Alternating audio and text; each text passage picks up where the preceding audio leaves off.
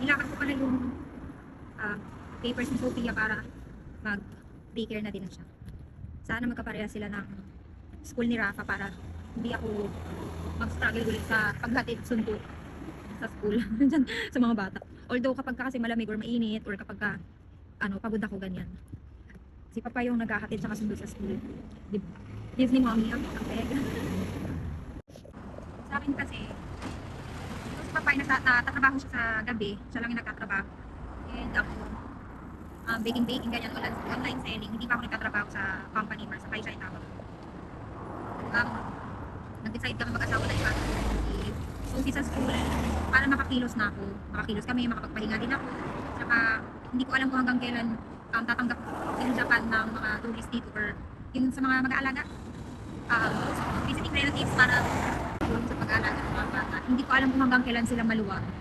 Pero kasi naghihigpit ngayon yung Japan. So pinag-usapan namin mag-asawa na kahit na medyo nag-worry pa rin ako kasi magwa 1 year pa lang sa Sophie. In-enroll ko na rin siya sa daycare para yun nga. Saka okay naman yung daycare dito. Wala naman kaming bad experience sa mga daycare dito kahit kay Rafa nung hindi pa siya nakakapagsalita. Mabait naman yung mga teacher in fairness. Hindi sila racist na di ba? Yung iba kasi may pagka-racist ngayon dahil nga sa nangyayari dito sa Japan.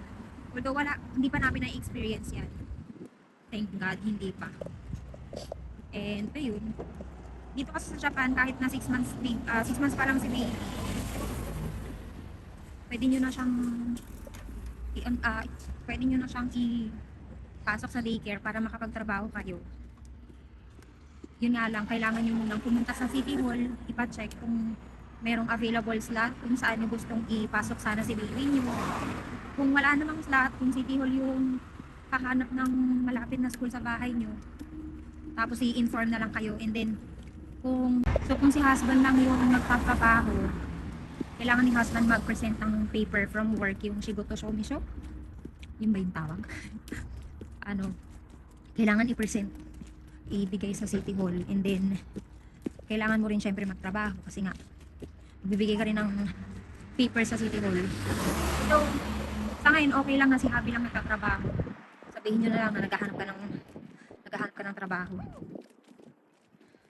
Yun nga lang, medyo matrabaho kasi every 3 months hanggat hindi ka nakakahanap ng trabaho, kailangan mo mag fill out ng paper na stating na naghahanap ka ng trabaho pero hindi ka pa na-accept sa trabaho.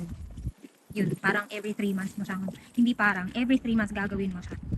So okay na din kasi nakakapagpahinga ka, meron kang me time, and at the same time